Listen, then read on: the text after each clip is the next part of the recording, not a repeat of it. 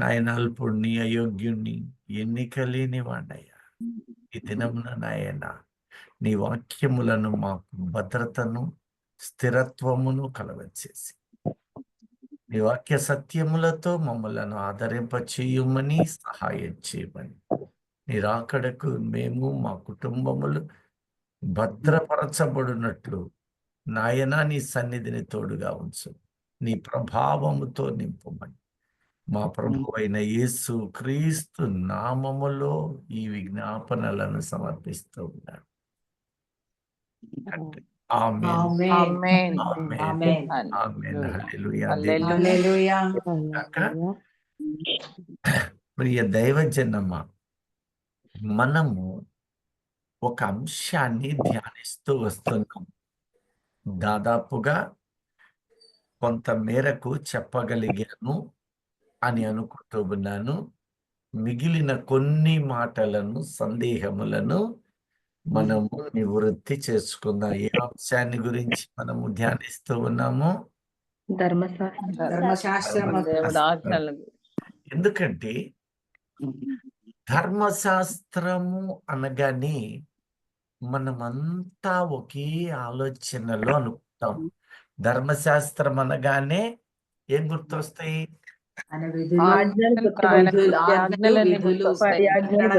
అవునంటారా కాదంటారా? కాదు. ఇప్పుడు మీ ముందు ఒక ప్రశ్న ఉంచుతారు. భూలోకము అంటే ఒకటేనా? లోకము మొత్తం అనేక రాష్ట్రాలు, ప్రజలు, దేశాలు అన్నీ ఉన్నాయి. ఎన్నో కలిసి మేళవించబడిన సముదాయము లోకం. ఎందుకంటే ఈ స్పష్టత మనకు రావాలి. ఈ ధర్మశాస్త్రము కూడా 7 గ్రంథముల మేళవింపు. ఒకటి కాదు.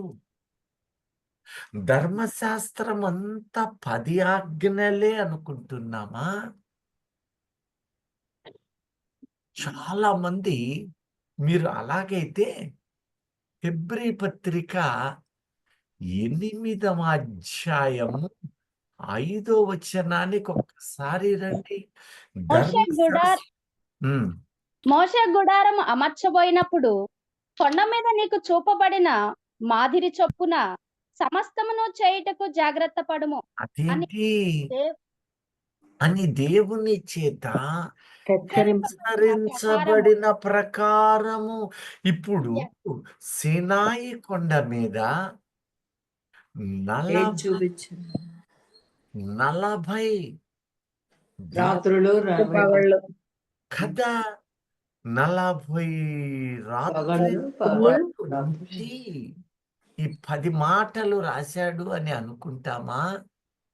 అదుగో అక్కడ ఇంకొకటి అంటున్నాడు, కొండ మీద చూపబడిన మాదిరి చొప్పున ప్రత్యక్ష గుడారపు విధులు, దాని ఉపదేశాలు అక్కడ రాయబడిన వాటిలో ఉంది. అంటే ధర్మశాస్త్రములో ఆయన దీనిని కూడా పెట్టి, జాగ్రత్తగా చూడండి, 10 ఆజ్ఞల పలక పగిలితేనేమో సరేలే నేను నీకు మరలా రాసిస్తానన్నాడు. రాశాడు, తన సొంత చేతితో రాశాడు. కానీ ఇక్కడికి వచ్చేసరికి జాగ్రత్త మోషే, మోషే మోషేని 2 సార్లు పలికినట్లు. ఒకసారి పిల్లల్ని గద్దిస్తే వాళ్ళు రెండోసారి మా అమ్మ మా నాన్నే కదా అనుకుంటారు. కానీ మోషే మోషే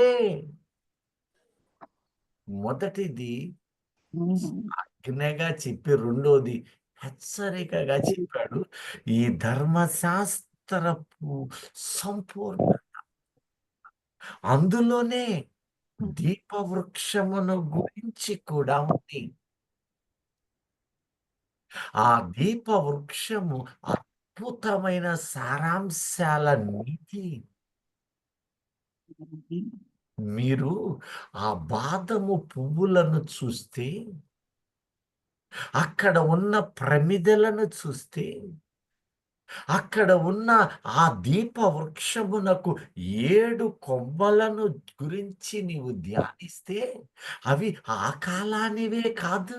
మోషే చేత ఇది చేయాలి ఇది నీటి కాలపు సంకల్పము.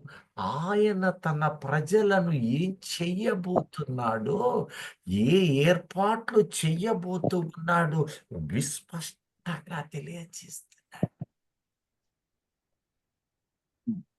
ఆ సంఖ్యలను నీవు లెక్కించగలగాలి.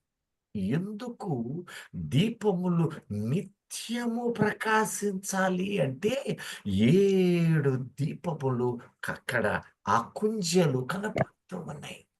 దీపవృక్షం ఒకటే, ఆ స్తంభములు 7, వారమునకు దినములు 7. అంటే నిరంతరము ప్రకాశించినట్లు వారానికి 7 పెట్టి, ఆ 7 దినములు నా మహిమ ప్రభావములతో నా జనులను నింపుతూ ఉన్నాను. దేవునికి స్తోత్రం. హల్లెలూయా. ఉన్న వాళ్ళు మాత్రం దేవునికి స్తోత్రం. హల్లెలూయా. ఇప్పుడు ఆ దైవజనుల నోట ఒక కమ్మని పరవశింపుగలిగిన వాక్యం దేవుడు ఈ రోజు చూపించాడు. మహిమా ప్రభావము, ఆయన వెలుగు, ఆయన ప్రభావము. ఆ ప్రభావము ఆ రోజుల్లోనే ఉండేది కదా, ఈ రోజు లేదుగా. ఉందండి. ఎప్పుడూ ఉంటుంది. ఇప్పుడు చక్కగా అంటున్నారు. ఆ రోజున ఆయనలో ప్రభావం ఉండెను, వారిని వెలిగిస్తూ ఉండెను. కానీ ఆ ప్రభావము వారు చూశారు గాని, అందులో ఉన్న ఆ ప్రభావ మహిమను వారు గుర్తించలేకపోయారు. అది వారు పొందుకొని ఆ ఆత్మీయ అనుభవాలలో చేర్చబడకుండా ఉన్నారు. కారణం, ఆ అనుభవాలు వారికి ఆ రోజు లేవు, నేడున్నాయి. ఇప్పుడు ఇదే చూడండి, ఈ దీప వృక్షాన్ని నీవు చూచినట్లయితే ఆ ప్రమిదలకు కలిగిన ఆ స్థానాలు 40 ఉంటాయి. ఒకటి ఎక్కువ ఉండదు, ఒకటి తక్కువ ఉండదు. ఏమిటి 40? చెప్పండి. ఆ ప్రమిదలలో ఏముంటుంది? నూనె. ఇప్పుడు నీవు నేను గమనించినట్లయితే, ఇదిగో ఇక్కడ ఏందిది? పరిశుద్ధ గ్రంథం. ఇది ఎంతమంది రాశారు?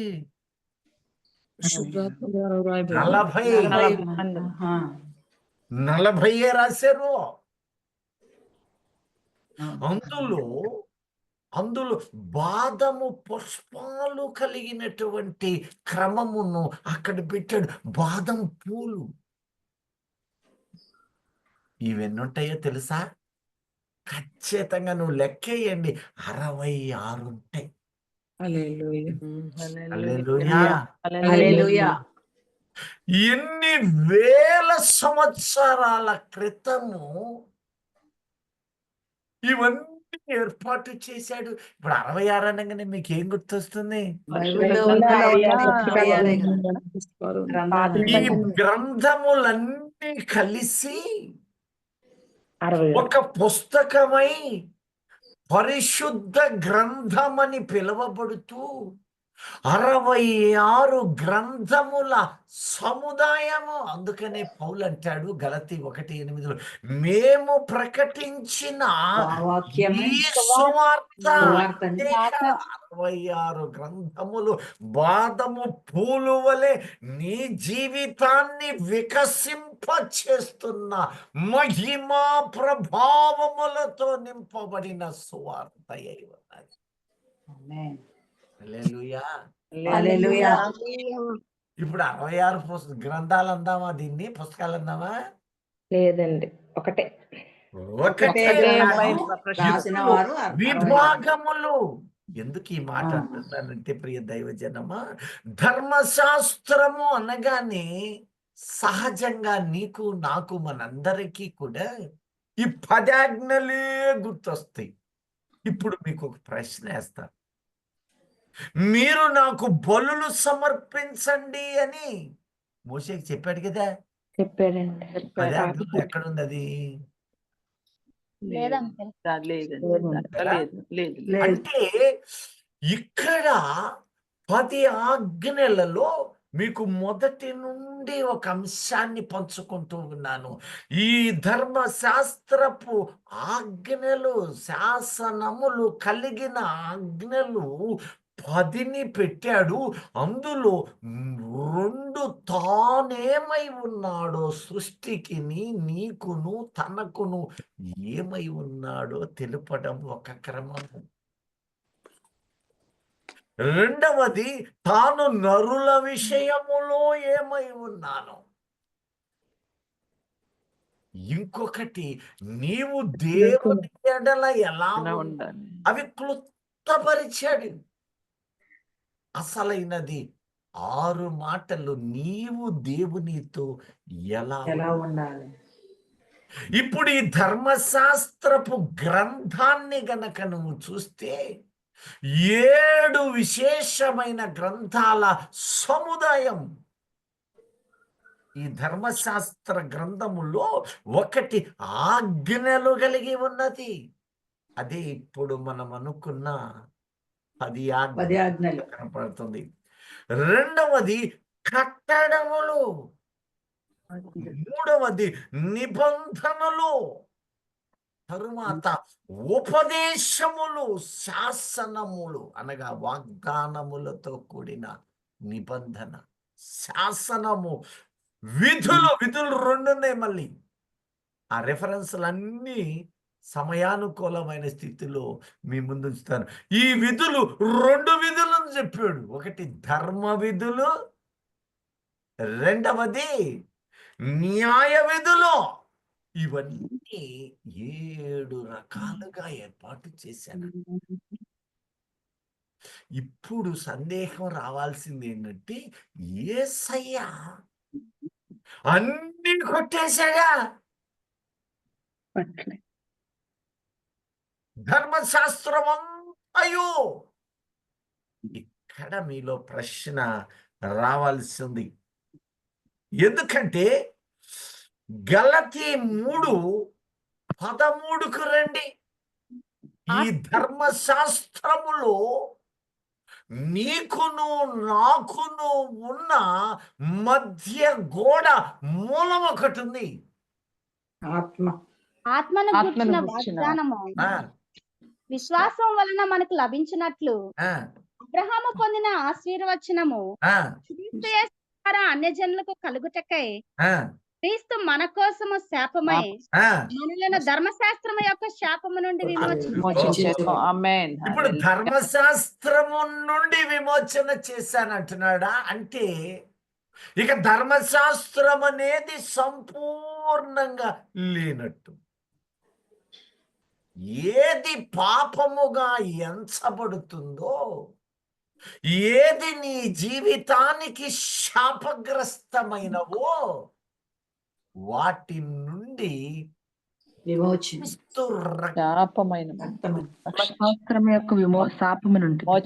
నుంచి విడుదల కలిగించాడు? ఒక శాపము నుంచి, శాపము నుండి అండి, మన శాపము. అది ఎప్పుడైతే వీటి అంతము శాపమైందో, ఆ శాపము నిమిత్తమై ఆయన మన కొరకి శాపముగా మార్చి శాపగ్రస్తుడయ్యాడు. ఆయన మన కొరకు శాపమై మన శాపమంతా కలువరి సిలువలో తాను మరణించి ఈ శాపము నుంచి విశ్వాస క్రియలు, విశ్వాసమే కాదు క్రియలు.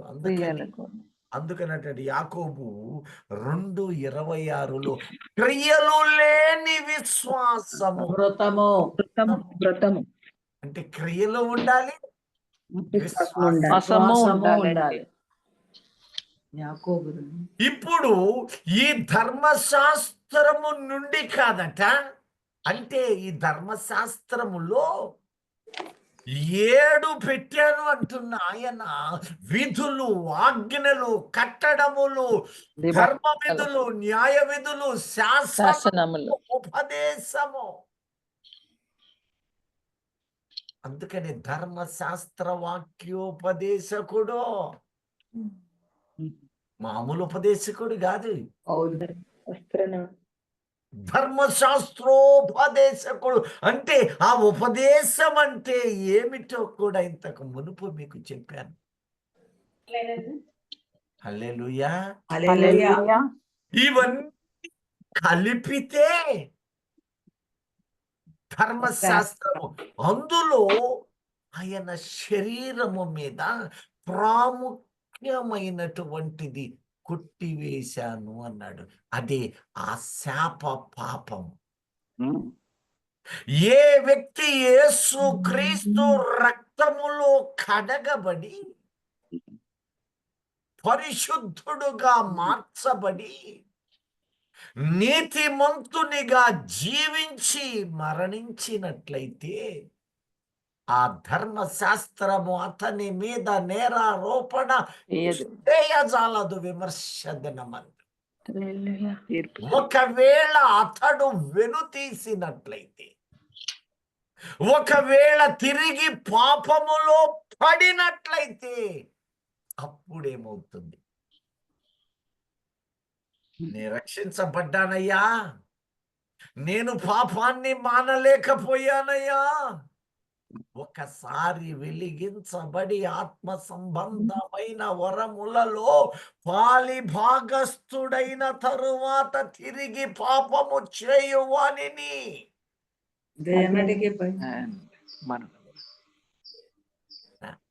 ఇప్పుడు ఇక్కడ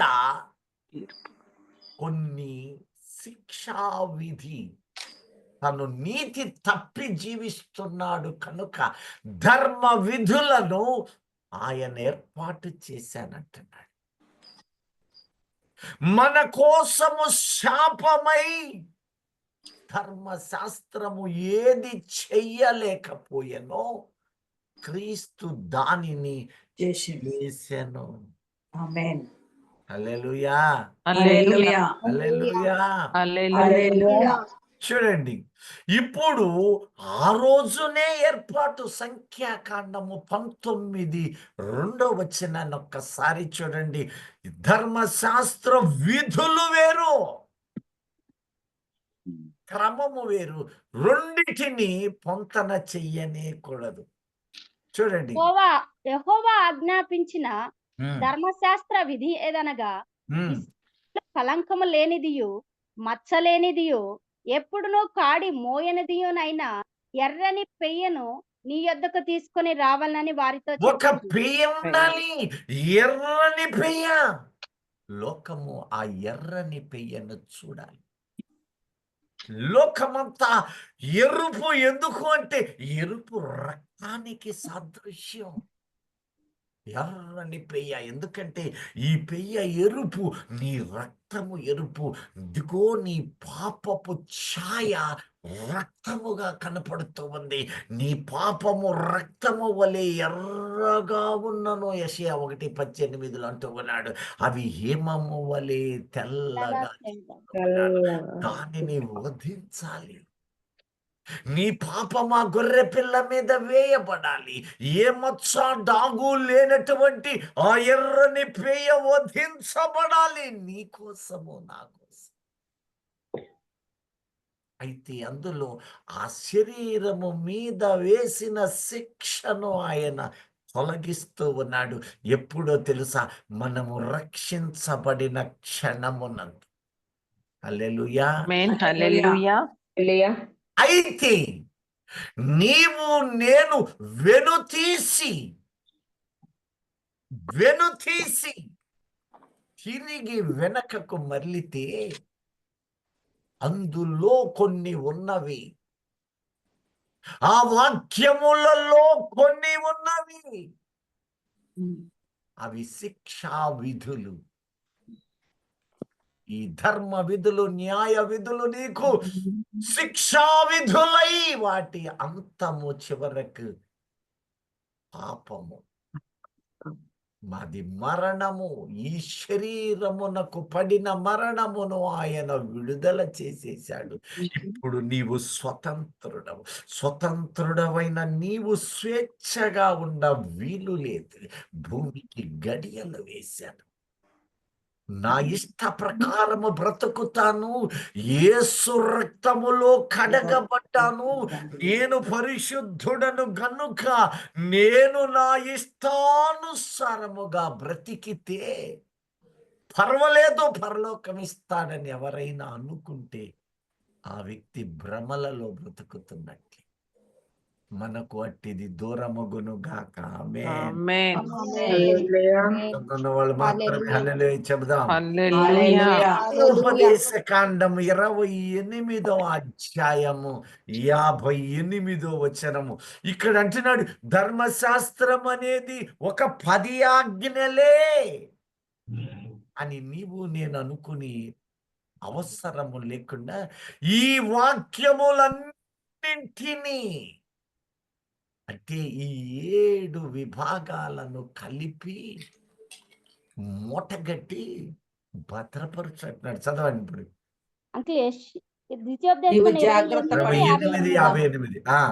జాగ్రత్త పడి ఈ గ్రంథంలో రాయబడిన ఈ ధర్మశాస్త్ర వాక్యములన్నిటినీ, ఈ ధర్మశాస్త్ర 10 ఆజ్ఞలన్నింటినీ అన్నాడా? ధర్మశాస్త్ర వాక్యములో, అంటే వాక్యం అంటే విధులు, శాసనములు, ఆజ్ఞలు అన్నింటినీ అనుసరించి గైకొనుచు నీ దేవుడైన యెహోవా అను ఆ మహిమ గల భీకరమైన నామమునకు భయపడని ఎడల యెహోవా నీకును నీ సంతతికి ఆశ్చర్యమైన తెగులను కలుగజేయును. జాగ్రత్త, నీవు భయపడాలి. నాకు నీవు భయపడాలి. ఇందులో రాయబడిన వాక్యములన్నిటినీ నీవు నిలకడగలిగి చేయాలి. ఇప్పుడు అంటాడు హెబ్రీ, జాగ్రత్తగా చూద్దాం. 5 నుండి 10 వచనాలు ఒక్కసారి రండి, లేదంటే 13 వచనాల వరకు నిదానించి మోషే గుడారము అమర్చబోయినప్పుడు కొండ మీద నీకు చూపబడిన మాదిరి చొప్పున సమస్తమును చేయుటకు జాగ్రత్త పడుము. అక్కడ చూడండి, ఇప్పుడు ఈ మోషే గుడారము చేశాడు కదా, దీనికి ఏం పేరు? ప్రత్యక్ష గుడారము. ఈ ప్రత్యక్ష గుడారము ఇజ్రాయేలుకే కదా, అవును. మనకు కూడా మనకు లేదండి, వాళ్ళకి. మనకు నేను ప్రశ్న వేశానంటే డౌట్ వచ్చినట్టే. ప్రత్యక్ష గుడారము వారిది, అందులో ఉన్న సమస్తము మనది కూడా. అందుకని చాలా మంది బహుశా ఈ గ్రూప్ లో ఉన్నారేమో, ఆ ప్రత్యక్ష గుడారము మందిరానికి సాదృశ్యంగా పెట్టాడు. మనం మందిరానికి, అది వాళ్ళకి చెందింది కాబట్టి నేను మందిరానికి పోవాల్సిన పని లేదు అని వాళ్ళు కూడా ఉండరు. మన గ్రూప్ లో లేరని నేను అనుకుంటున్నాను. వాళ్ళు చర్చికి పోలేదు ఉన్నారటరా? చర్చికి పోని వాళ్ళు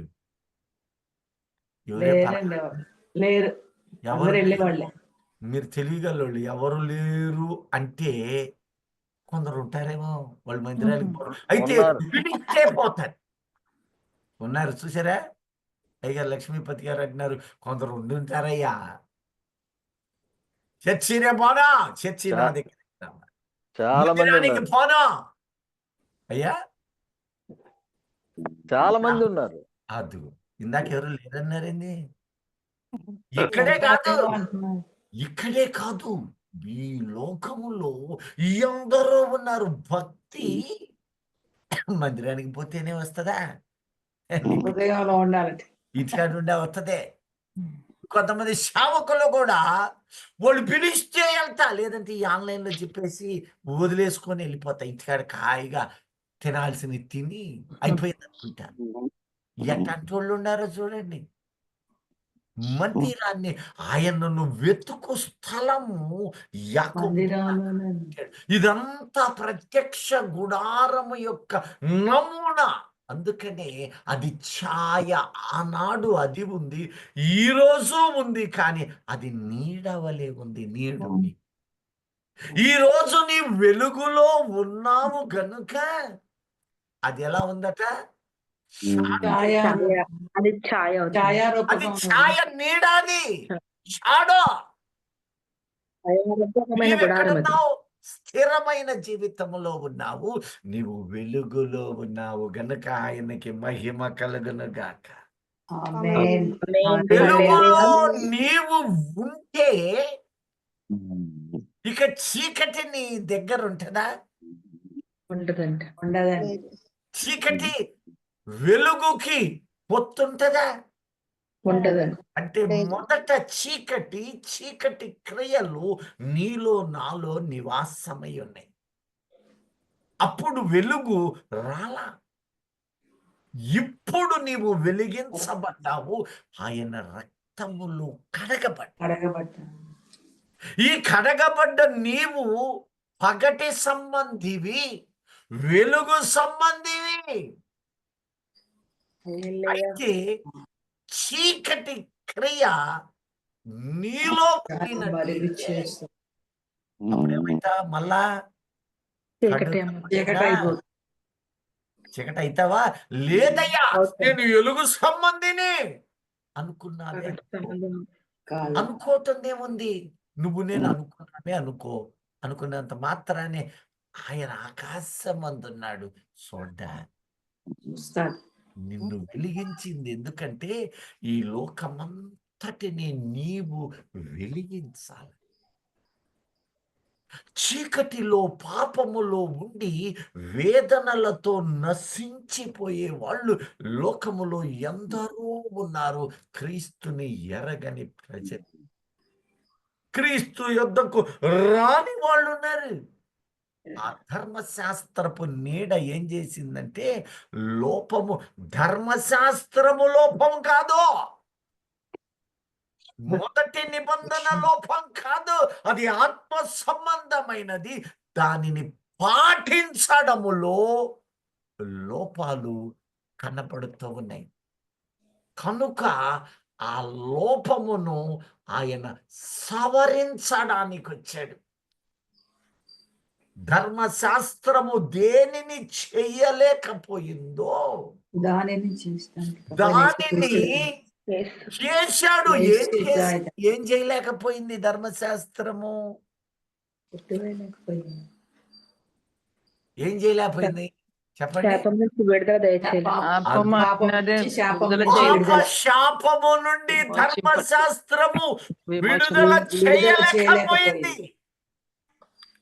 ఇప్పుడు మన కోసము ఆయన శాపమై ఆ ధర్మశాస్త్ర క్రియల నుండి మనకి విమోచన, ఆ శాపభారము పాపభారము నుండి క్రీస్తు తానే శరీరమందు మోసి మన కొరకు శాపమై ఇప్పుడు నిన్ను నన్ను విశ్వాస క్రియలలో ఆ విమోచన రక్షణ కలుగ చేసి ఉన్నాడు. హల్లెలూయా. ఇప్పుడు చూద్దాం 7 నుంచి 10 వచనాలు ఒకసారి చూద్దాం. లోపము ఎక్కడా? దేవుడి లోపం రాశాడంటేనే మొదటి నిబంధనలు, మొదటి నిబంధన లోపము లేనిదైతే ఇచ్చాను. ఆజ్ఞలు, శాసనాలు, తీర్పులు విధముగా 7 అంశాలను ఉంచాడు. ఇప్పుడు అందులో ఒకటి నిబంధన. నీవు దేవునితో ఎలా జీవించాలి, నీవు ఇరుగు పొరుగు వానితో ఎలా బ్రతకాలి అనగానే వీళ్ళు పోయి అన్యులతో సావాసాలు చేస్తూ మీలో కూడా ఉండారు. మొన్న 1వ తారీఖు వాళ్ళు లోకస్తులు. నీ బంధువులవని, నీ స్నేహితులవని నేను సూటిగానే మాట్లాడుతాను. చాలా మంది నాకు కూడా 1వ తారీఖు happy new new year year అంటారని. న్యూ ఇయర్ నేను ప్రాణం ఉదయం ఉన్నంత వరకు నోటితో కానీ, క్రియలతో గాని, ఆ ఫోన్లో గాని సేమ్ టు యు అని చచ్చినాను. మీలో అనలేదు, అనమో అంటామండి అప్పుడప్పుడు లేదా? అనే ఉంటాం. ఇప్పుడు నువ్వు ఎవరికి కొత్త సంవత్సర దీవెనిస్తున్నావు? మనకే దేవుడు నమ్మిన వారికే అండి. బాగా ఆలోచన చేయి. నమ్మిన వారికి నమ్మని వారికి కూడా చెప్తున్నాం. అది అలా ఉండినట్లయితే చెప్పకుండా ఇప్పుడు ఆ నీతి నీలో లోపమైందా, ధన్యత అయిందా? లోపమే లోపమే. అండి. లోపమైందండి. నిబంధన లోపము లేదు, నిబంధన నీలో లోపమైంది. అవునండి. దేవుడు అన్యాయస్తుడు కాడు. దేవుడు శుభాలు. నిబంధనలు లోపభూయిష్టమైనవిగా పెట్టువాడు కాడు. కానీ నీవు పాటించలేక, నీవు అనుసరించలేక పడుతున్నావు, లేస్తున్నావు, పడుతున్నావు. తిప్పలు పడుతున్నాడు రా ఈడు అంటారే. ఎందుకంటే నీవు మన్ను నుంచి చేయబడ్డావు, నీవు మట్టివి. కాబట్టి ఆయన ఒక పని చేయదలిచాడు. నీకు అవకాశం ఇస్తా, నిన్ను క్షమిస్తా, ఎప్పటికప్పుడు క్షమిస్తా. ఎప్పుడు క్షమిస్తాడో తెలుసా? అయ్యా తప్పు చేశాను, ఈ రోజంతా తప్పు చేశావు. నీ కోపము, ఆవేశము సాయంత్రం 6 దాటి అక్కడ ఉండద్దులే, మన్నించమను. పో, అవకాశం ఇచ్చా, మళ్ళీ చేయబాకు, తిరిగి చేయొద్దా. ఆ స్త్రీని రాళ్లతో కొట్టడానికి తెస్తే అక్కడ అన్నాడు కమ్మని మాట, ఇంక ఎన్నడూ ఆ పాపము చేయకమని. పాపము చేయని వాళ్ళు. మొట్టమొదటి రాయిని మీద రాయి విసిరి అంటే అర్థం ఏంటి? రాళ్ళు ఇసరమనే వద్దనే? పాపము పాపం చేసిన వాళ్ళు లేకుండా ఉన్న వాళ్ళు విసరకూడదు. ఎవ్వరూ లేరు. ఇతర కనుక మనుషులందరూ పాపం. అదొక చక్కని భావము. ఇంకోటి ఉంది అందులో. అదేంటో తెలుసా? ఈ రోజున మీరు నేను కూడా రాళ్ళు వెయ్యాలా? మీ ఇంట్లో ఉంటారే వాళ్ళని రాళ్ళతో కొట్టాలా? కొడుతున్నారా? లేదండి. ఇదేంటి? శిక్ష విధించాలి. నేను చెప్పే రాయి శరీర సంబంధమైన రాయి కాదు. వాక్యమని వాక్యం అనే ఆ రాయి. బండ ఒకటి ఉంది. బండ. ఆ క్రిస్తే బండ మీద బండ. పేర్చబడిన రాళ్ళు కొన్ని ఉన్నాయి, వెలకలిగిన రాళ్ళు. అనగా నీవు నేను ఆ రాయి, ఆ బండ క్రీస్తు. క్రీస్తే క్రీస్తు యేసు అను మూలరాయి నీలో ఉన్నాడు. ఆయన రక్తముతో నిన్ను మురికిని కడిగి వేసి పవిత్రమైన రాయిగా చేశాడు. ఆ రాయి ఆయన పెద్ద బండై ఉన్నాడు. ఆ వాక్యమును రాయిగా. రాయిదిగా. హల్లెలూయా. హల్లెలూయా. ఇంటికి వస్తాడు కదా, ఇంటికి వచ్చినప్పుడు తిండి కాడ కూర్చుంటాడు కదా, నిద్రకు వస్తాడు కదా. ఇప్పుడు సజీవమైన రాయిగా మార్చబడిన నీవు దేవుని వాక్యమును రాతిని అతని మీద విసితే ఆ దేహ సంబంధమైన క్రియలు కలిగిన, పాప సంబంధమైన జీవితము కలిగిన ఆ మనిషికి తగులుతున్నది, గాయపడతాడు, పశ్చాత్తాపడతాడు, క్షమాపణ అడుగుతాడు, రక్షించబడి అమూల్యమైన రాయిగా మార్చబడుతూ ఉన్నాడు. హల్లెలూయా. స్తోత్రం. హల్లెలూయా. హల్లెలూయా. చేస్తున్నారా? చేస్తున్నాం అన్నోళ్ళు మాత్రం స్తుతులు చెల్లించండి. అందుకనే దేవుడు నిన్ను సాక్షిగా చెప్పమంటున్నాడు. సాక్ష్యం అంటే నీ కష్టాలు, నా కష్టాలు చెప్పుకోవటం అది కాదు. అది కష్టాలు చెప్పుకునే సమయం. కానీ సాక్ష్యము అంటే ఇన్ని సంవత్సరాలుగా నేను మీ మధ్యలో వింటున్నాను.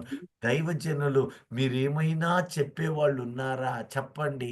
ఈ సాక్ష్యం అయితే చెప్పండి, అవసరాలు చెప్పండి అని విస్పష్టంగా చెబుతూ ఉంటే ఆ సమయంలో ఏం చెబుతున్నారో తెలుసా? సాక్ష్యాల సమయం అని చెప్పి నాకిట్టయింది, వాళ్ళకిట్టయింది, వీళ్ళకట్టయింది. నిజమే, అది కృతజ్ఞత. Thanks giving. కానీ ఇక్కడుందే ప్రాముఖ్యమైనది. ఇక్కడుందే సాక్ష్యం చెప్పటం. ఏమని? అయ్యా, గత ఆదివారం నుంచి ఈ ఆదివారం వరకు నేను ఇంతమంది దగ్గరికి వెళ్ళాను, నేను రాళ్లతో కొట్టాను, నీ వాక్యములనబడిన నీ శక్తి కలిగిన మాటలను చెప్పాను. వినలేదు, లేక విన్నారు, నన్ను మాట అన్నారు, దూషించారు, అయినా నేను బాధపడి. కానీ మీరు వచ్చే చెప్పే సాక్ష్యాలు, ఒకవేళ నేను వాక్యం చెప్పాను తిట్లు తిన్నాను అనేటట్టుంటే అది దేవునికి ఇష్టమైన పని, నీ మీద మహిమ ప్రభావం. కానీ నేను వాళ్ళు నన్ను అకారణంగా తిట్టారయ్యా, ఇదిగో నేను ఆ కొండ దగ్గరకు పోతే కొండ పగిలింది అని నన్ను తిట్టారు. ఇవి సాక్ష్యాలా? కాజాలం. నీ కష్టాలే. నీవు దేవునికి ఏమై ఉన్నావు? అది ధర్మశాస్త్రమందే ఆయన ఆ రోజే ప్రకటించాడు. దైవజనమా, పరిశుద్ధాత్మ దేవుడు మనకి తెలియచేస్తూ ఉన్నాడు. ఇప్పుడు చదవండి 7 నుంచి మళ్ళొకసారి 13 వచనాలు. ఏలయనగా ఆ, ఆ మొదటి నిబంధన లోపము లేనిదైతే ఆ, రెండవ దానికి అవకాశం మొదటి ఉండలేదు. నిబంధన లోపము లేనిదైతే, మొన్న పాస్టర్ గారు నన్ను ఇది అడిగింది, అయ్యా నిబంధనే లోపమా? ఒరే నాయన, నిబంధన లోపం కాదు, నిబంధన ఎవరిలో లోపమైంది ఇప్పుడు? మనలోనే మనలో లోపం ఉందండి. నేను పాటించలేకపోతున్నానయ్యా, మరణము నుంచి నాకు విడుదల రావటం లేదు. ఏళ్ల తరబడి, వందల వేల సంవత్సరాలు, ఆదాము నుండి యేసయ్య వరకు కూడా ఈ మరణము రాజ్యమేలింది. ఆ మరణము నుంచి విడుదల చేసే వాళ్ళు కనపట్టలేదే. పాప సహితుల నుండి పాపరహితుడు వచ్చిన ఎంత మేలో ఆనాడే ఆశించాడు యోబు. కానీ అప్పుడు సాధ్యపడక అంత యథార్థవంతుడు కూడా పాతాళపు చెరలోని, పాతాళపు స్థితిలోని, సాతాను బంధకాలలో, అగాధములో, లేక వాటి నిర్ణయ స్థానాలలో పట్టుబడ్డాడు. కారణం వీటన్నిటి యొక్క అంతము పాపం. ఈ ధర్మశాస్త్రములో నీవు ఏది చేయలేకపోతావో దాని సంబంధమైన శిక్ష నిన్ను పాపమై, శాపమై నిన్ను పట్టుకుంటు. ఇప్పుడు ఏం చేస్తున్నాడంటే, నీవు ఆ శాప పాపముల నుండి నేను శాపమై నిన్ను విడుదల చేశాను. ఆమేన్. హల్లెలూయా. హల్లెలూయా. ఇప్పుడు హల్లెలూయా. నీవు స్వేచ్ఛాపరుడవు కాదు, కానీ స్వతంత్రుడవు. స్వేచ్ఛ స్వతంత్రము రెండు పట్టాల వలె ఉంటాయి. ఏమిటయ్యా తేడా? స్వతంత్రత అంటే నీకు కలిగిన నియమములు, బ్రతకవలసిన తీరులో హాయిగా బ్రతకడం స్వతంత్రత. నీ మీద ఉన్న బరువు వెళ్ళిపోవడం స్వతంత్రత. ఉదాహరణకు, బ్రిటిష్ వాళ్ళు మనల్ని మూసి బంధించారు, వాళ్ళు తిరిగి వెళ్ళిపోయారు. ఇప్పుడు నీకేమొచ్చింది? 47వ సంవత్సరం స్వతంత్రం స్వాతంత్రం వచ్చింది. వచ్చింది. అంటే ఆ కట్టుబాట్లను నీ మీద నుంచి ఆయన రక్తముతో తొలగించాడు, బరువు తేలిక చేశాడు. స్వేచ్ఛ అంటే స్వతంత్రత ఏది చేయకూడదని చెప్పిందో విచ్చలవిడి తనముతో, శరీర కోర్కెలతో పాపము వైపు తిరిగి వెళ్ళడం. ఈ పాపంలో వెళ్ళావు అంటే లోకాన్ని స్నేహించినట్టేగా. అవునండి. అవునండి. అప్పుడు ఏం చేస్తున్నాడంటే, శరీరము మీద నుండి ఆయన కొట్టివేసుకున్న ఆ శాపము తిరిగి నీ దేహాన్ని పెట్టిన ధర్మశాస్త్రము ఆత్మ పాడు చేస్తే ఇప్పుడు శరీరం నుంచి ఎటు వచ్చింది? ఈ ఆత్మకు వచ్చింది. శరీరమునకు ఆయన అవకాశం ఇచ్చిన వాడు. ఆ శాపము మరణము రూపములో అక్కడ పెడుతూ ఉన్నాడు. హల్లెలూయా. హల్లెలూయా. 7 విశేషాంశాలను పెట్టి అందులో ఈ శాపగ్రస్తమైన జీవితాలను ఆయన నీవు అర్జులు బావద్దన్నాడు. అది ఆ రోజు ఉంది. ఇప్పుడు దేవదూతలు పాపము చేసినప్పుడు దేవుడు వారిని విడిచిపెట్టలేదు. అప్పుడు పాపం ఉందంటారా? లేదండి. ఆరోపించబడ్డదంటారా? లేదు, ధర్మశాస్త్రం లేదు. ఇప్పుడు ధర్మశాస్త్రమే పాపమని అనబడినప్పుడు దేవదూతలు ధర్మశాస్త్ర కాలంలో ఉన్నారా? ధర్మశాస్త్రానికి ముందే ఉన్నారా? ధర్మశాస్త్రం ముందే ఉన్నారు. ఉన్నారండి. మరి వాళ్ళు పాపం చేశారని ఎలా చెప్తావు? అంటే వారి మనస్సాక్షి సాక్షిని బట్టి. సాక్షిని బట్టి. అక్కడ పెట్టాడు ఆ విధులు. ఈ వాక్యములలో ఉన్న సారాంశం అప్పుడే పెట్టాడు. వాళ్ళు ఏం లేదు, పట్టుకొచ్చి వాళ్ళు స్వేచ్ఛ వైపు మొగ్గు చూపారు, పట్టుకొచ్చి బంధించాడు. లోతు కాలం సొదమ, గొమొర్ర, ఆద్మ, కల్మాయిషు, సోయ ప్రధానమైనవి సొదమ, గొమొర్ర. మిగిలినవి ఆ చిన్న పట్టణాలు. 5 ధ్వంసం చేశాడు. అప్పుడు కూడా ధర్మశాస్త్రము లేదు, కానీ మనస్సాక్షి రూపములో ఆ విధులను అక్కడ పెట్టాడు. జలప్రళయమందు ఒక మార్గమును పెట్టాను. ఆదికాండం 6:11. ఆ మార్గము వారి హృదయాంతరంగాలలో ఉన్నది. కొన్ని నీ జీవితంలో శాశ్వతముగా కొట్టేశాడు. ఇప్పుడు మీ ముందు ఒక మాట ఉంచుతాను. అనేక హెబ్రీ 9వ అధ్యాయం తర్వాత చదువుకోండి, సమయం చాలలేదు కనుక. మన ప్రధాన యాజకుడు ఎన్నడుటికి తీసివేయలేని పాపములకు బలులను సమర్పించాడు. ఒకటి తన కోసము, రెండవది మిగిలిన జనాంగము కోసమని. ఈ బలులన్నీ ఉన్నాయి. ఇప్పుడు ఈరోజు బలి ఉందా లేదా? లేదు, లేదండి. లేదండి. దాని పేరు సర్వాంగ హోమము. ఇప్పుడు మీరు సర్వాంగ హోమముగా నీ ప్రభువుకు ప్రతిష్ఠించుకొనమంటున్నాడు. సజీవయాగం. సజీవయాగముగా నిన్ను మిమ్మల్ని సమర్పించుకోమంటే ఇప్పుడు అది ఎక్కడి నుంచి ఎటు ట్రాన్స్ఫర్ అయింది? మన శరీరము మన మన శరీరం మీదకే వచ్చింది.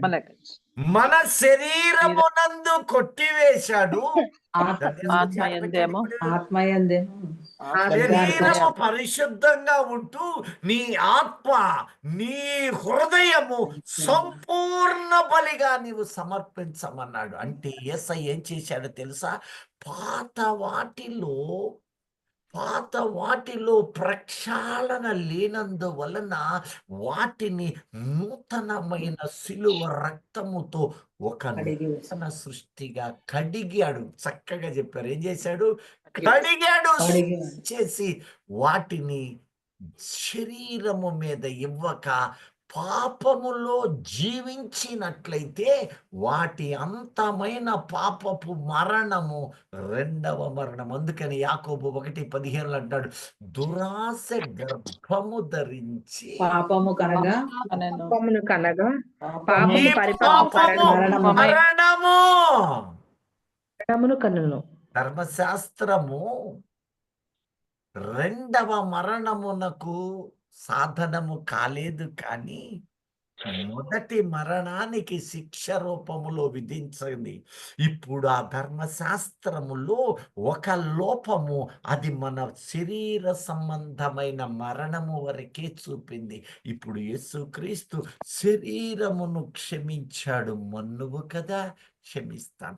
ఇప్పుడు నీకేం చేస్తానో తెలుసా? ఆత్మ ఈ శరీర క్రియలలో నా రక్తంతో కడగబడి మారు మనస్సు పొంది నీవు నాతో ఉండినట్లయితే ఈ ధర్మశాస్త్రము దాని శిక్షలు నీ మీద ఉండడానికి వీలు లేకుండా నేను మోసాను. ఇప్పుడు నీవు స్వతంత్రుడవై ఉన్నావు ప్రియ దైవజనమ. ఈ స్వతంత్రుడు వెనుతీసినట్లయితే తిరిగి ఏం చేస్తున్నాడు?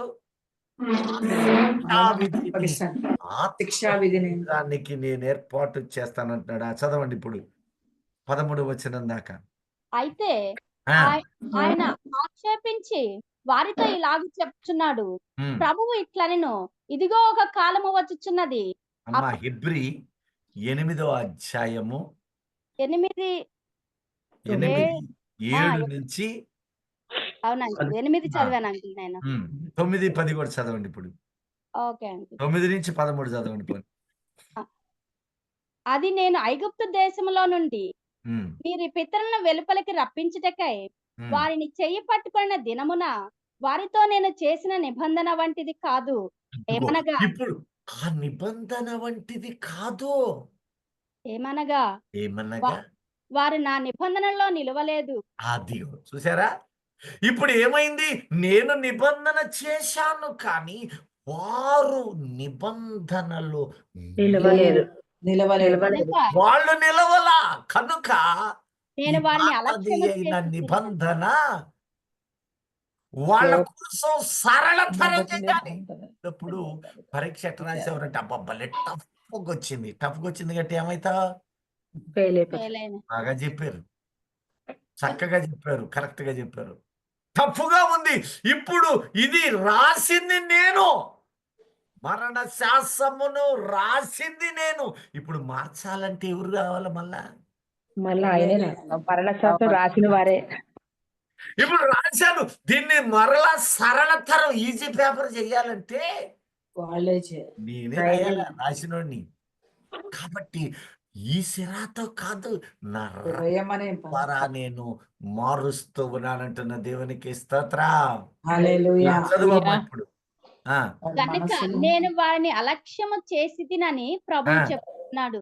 ఆ. ఆ దినములైన తరువాత ఇశ్రాయేలు ఇంటి వారి వాళ్ళు పాటించలేదు గనుక, అలక్ష్యం అనుసరించలేదు గనుక నేను కూడా వాళ్ళని అలక్ష్యం అలక్ష్యము చేసి పెట్టను. తిని అని. ఇప్పుడు అలాంటి నిబంధన ఇవ్వనిక నా వాళ్ళని పిలువబడ్డ వాళ్ళే, ఇజ్రాయేలు నా జనమన్న వాళ్ళే ఇట్టుంటే ఇక అన్యజనుల సంగతి ఏంటి? కాబట్టి నేను క్రొత్తది ఇస్తూ ఉన్నాను. ఇందులోపల దాచి ఉంచాను ఆనాడు, వాళ్ళకి తెలియదు. ఆ దాచిన దానిని సిలువ రక్తముతో రెన్యూ చేస్తాను, కొత్త విధానంగా మారుస్తాను. పాత దానిని నేను షాడో కింద ఉంచుతాను, ఛాయారూపంగా పెడతాను. నువ్వు ఛాయలో ఉంటావా, వెలుగులో ఉంటావా చూడమంటే. చదవమ్మ తర్వాత చరణాలు. ఆ దినములైన తరువాత ఆ, ఇంటి వారితో నేను చేయబోవు నిబంధన ఏదనగా ఆ. వారి మనసులో నా ధర్మ విధులను ఉంచేదను. అందుకో ఇప్పుడు ఇందులో నీవు నీతోను, నీవు దేవునితోను, నీవు నరునితోను ఒక విధులు ఉన్నాయి. ఇందాక న్యాయ విధులు, ధర్మ ధర్మ విధులు. అంటే నీవు పాటించాల్సిన ఈ విధులున్నాయే, వీటికి ధర్మ విధులు. ఈ విధులు చేయలేక హృదయం అనే పలకల మీద. ఆ నిబంధనను వాళ్ళు మీరిపోయారు. నడవలేక ఆ నిబంధన పాతది చేసేసారు. ఆ నిబంధనను లోపముగా మార్చుకున్నారు. ఎందుకంటే నిబంధన లోపం కాదు, నిబంధన వారిలో లోపమై. ఇప్పుడు ఏమంటా అంటే నా ధర్మ విధులు ఇక మీదట ఎట్ట పెడతానన్నాడు? వారి మనసు వారి హృదయముల మీద మీద రాస్తున్నాను. వదిలేశాడా రాశాడా? ఇప్పుడు రాశాడు. వాటిని రాయుదును. రాశాడు. నీ హృదయములలో రాతి పలకల మీద సిరాతో రాయలేదు కానీ పలకల మీద మన పలకల మీద జీవము గల దేవుని ఆత్మతో అదిగో రాయబడి ఉన్న ఇక్కడ పత్రిక ఆత్మతోనే రాశానంటున్నాడు, అదే ఆత్మతో ఇక్కడ కూడా రాశానంటున్నాడు. చేతి పలకలు కాక హృదయము తలంపులలో పెట్టాడు. ఈ తలంపులు చెడ్డ ఆలోచన చేశావు అంటే నీ చెడు తలంపులు శరీరం సాధనమైంది. నువ్వు మంచి తలంపుతో మంచి కార్యం చేస్తే నీ దేహము ఆ మంచి వైపు వెళ్తుంటుంది. ప్రాముఖ్యమైనవి నీ హృదయ తలంపులు, మనస్సాక్షి, ఆత్మకు పెట్టిన ఆయన దేహాన్ని కేవలము ఒక సాధనము చేసి ఉన్నాడు. దేవునికి స్తోత్రం. ఇప్పుడు అంటూ ఉన్నాడు చూడండి. వారి హృదయముల మీద వాటిని వ్రాయుదును, నేను వారికి దేవుణ్ణయ్యుందును, వారు నాకు ప్రజలయ్యుందురు. వారిలో ఎవడును ప్రభువును తెలుసుకొనని తన పట్టణస్థులకైనను తన సహోదరునికైనను ఉపదేశము చేయడు. వారిలో చిన్నలు మొదలుకొని పెద్దల వరకు 11 నుండి 13 వచనాలు. ఎబ్రీ 8, 11 నుంచి 13. ప్రభువును తెలుసుకొనడు, నేను వారి దోషముల విషయమై దయ కలిగి జాలి లేక దయ కలిగి వారి పాపములను ఇక ఎన్నడను జ్ఞాపకము నేను చేసుకోను. జ్ఞాపకం చేసుకోను అన్నాడుగా. అవును. ఎప్పుడు జ్ఞాపకం చేయడు? నువ్వు వెలుగులో మనం పుట్టినట్లయితే హృదయంలో ఉంచుకున్నప్పుడు బతికినంత కాలం తిరిగి తిరిగి తిరిగి చెడు అంతా చేసి సత్యం అనుకో, ఇప్పుడు నీ పాపాలు పరిహరించబడ్డాయా? పడతాయా? క్షమించబడవండి. క్షమించబడదు. ధర్మశాస్త్రం శరీరానికి వేసింది, నేను నీ హృదయానికి వేస్తున్నాను. అగ్ని ఆరదు, గుడుగు చావదు, ఆత్మ చావదు. ఏమంటున్నాడు చూడండి. ప్రభు ఆయన క్రొత్త నిబంధన అని చెప్పుట చేత మొదటిది పాతదిగా చేసి ఉన్నాడు. మొదటిది ఇప్పుడు పాతది పాత చేశానంటున్నాడు గాని అది శరీరానుసారులకు ముసుగేయబడింది గనుక అంతవరకు వాళ్ళ మీద ఉంచాడు. నిన్నైతే మహిమలో నడిపించాను, నీవు నా సంబంధివి, కృత నిబంధన సంబంధివి అంటున్న దేవునికి స్తోత్రం. త్వరగా 2 మాటలు, 3 గలతీ 3:19 వచనము మరియు 29 వచనం చూద్దాం. అలాగైతే ధర్మశాస్త్రం ఎందుకు? అలాగైతే ఇక ధర్మశాస్త్రం ఎందుకు? ఎవనికి ఆ వాగ్దానము చేయబడెనో, ఎవనికి వాగ్దానము చేశాడో ఆ సంతానము వచ్చు వరకు, ఆ సంతానము వచ్చు వరకు అది అతిక్రమములను బట్టి ఇయ్యబడెను. అది మధ్యవర్తి చేత దేవదూతల ద్వారా నియమింపబడెను. మధ్యవర్తి దేనికి మధ్యవర్తి? ధర్మశాస్త్రం చేసిన కొత్త నిబంధనకు అంటే అది దేవునికి మనకి మధ్యవర్తి. ఇప్పుడు మత్తయికను ప్రకటనకి మధ్యలో కొరింథీ పత్రిక కట్ చేసి అటు ఇటు రెండింటికి మధ్యవర్తి అందామా? అనలేంగా. దేనికి మధ్యవర్తి? ధర్మశాస్త్రానికి నూతనమునకు మధ్యవర్తి. అంటే ధర్మశాస్త్ర సంబంధులను కడిగి వేస్తున్నాడు. నిన్ను కడిగిన వాడు నిన్ను నూతన పరుస్తూ ఉన్నాడు. దేవునికి కనుక మనమట క్రియలు కలిగిన విశ్వాసలమై ఉండి, ఇప్పుడు గలతీ 3:29 చూడండి చివరిగా. మీరు క్రీస్తు సంబంధులైతే, ఏ సంబంధులు? క్రీస్తు సంబంధులైతే, కేవలము క్రీస్తు సంబంధులైతే, ఆ పక్షమందు పాప సంబంధులు కాదు, అపరాధ సంబంధులు కాదు, క్రీస్తు వారైతే ప్రకాశించాలి. దైవజనులు చక్కగా ఆయన ప్రభావముతో నీ కుటుంబం నింపబడిన వారైతే, ఆ పక్షమందు అబ్రహాము యొక్క సంతానమై ఉండి వాగ్దాన ప్రకారము